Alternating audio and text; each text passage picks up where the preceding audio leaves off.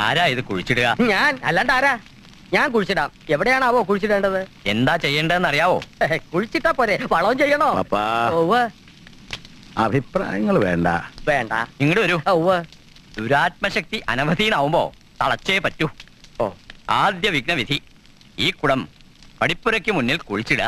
അത്രേ ഉള്ളോ? കുഴിച്ചിടാലോ. വെറുതെ പോരാ, കുടം കൊണ്ടുപോണ ആളെ ആരും കാണരുത്, അയാൾ ആരെയും നോക്കരുത്. അതേ കണ്ണടച്ചോളാം.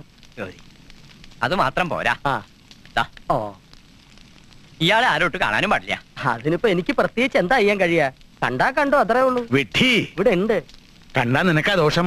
ഭ്രാന്താ വരാൻ പോണേ. തിരികെ തരാൻ പാടില്ല. ഇവിടെ വെക്കാ. താഴെ വെക്കരുത്. ഈ മന്ത്രം കണ്ടു ചൊല്ലിക്കോളൂ. ഇനി മന്ത്രം ചൊല്ലോ. ഭവാനി ത്രിസന്ധ്യ, ഭവാനി ത്രിസന്ധ്യ, സർവസ്ഥായാനേ സർവസ്ഥായാനേ മധ്യമാനസം മധ്യമാനസം ഗോപുരം വിഘ്നാംഗതേ. ഗോപുരം വിഘ്നാംഗതേ. 2-3 വർഷം കൂടി സുബോധത്തോടെ ജീവിച്ചിരിക്കണമെന്നുണ്ട്. ആരെ കുഴിച്ചിടാൻ തന്നെയാ പോണേ. നിൽക്ക, നിന്ന് കണ്ണടയ്ക്ക. ഇനി കണ്ണു അടയ്ക്കണോ?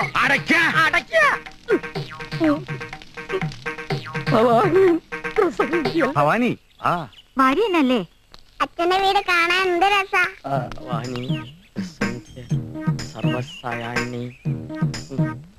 ഇതാണ് ഊട്ടുപുര. ഉപ്പുമാങ്ങ കെട്ടിനാറല്ല. കണ്ടു എന്നെ.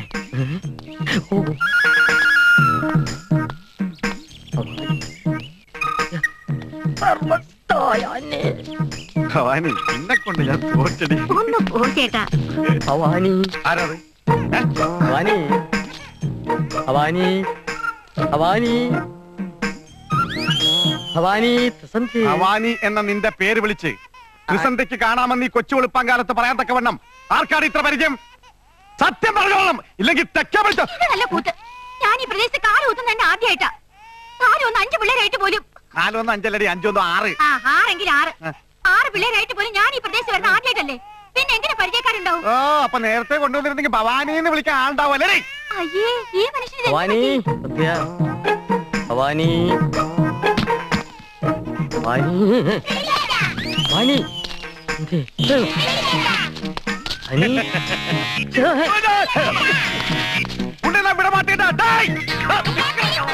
അയ്യോ, ഇത് കുടുംബം അടക്കം പ്രാന്താണോ? കൊണ്ടില്ല, അതും കൊണ്ടില്ല, അതും കൊണ്ടില്ല.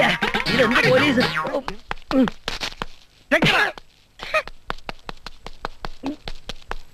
ഓ, അനി എന്നെ കണ്ടോ?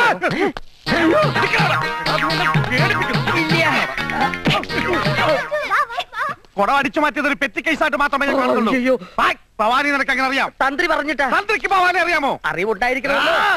കണ്ടടാ, ഞാനും കണ്ടുപോയി. പ്രാന്തോ?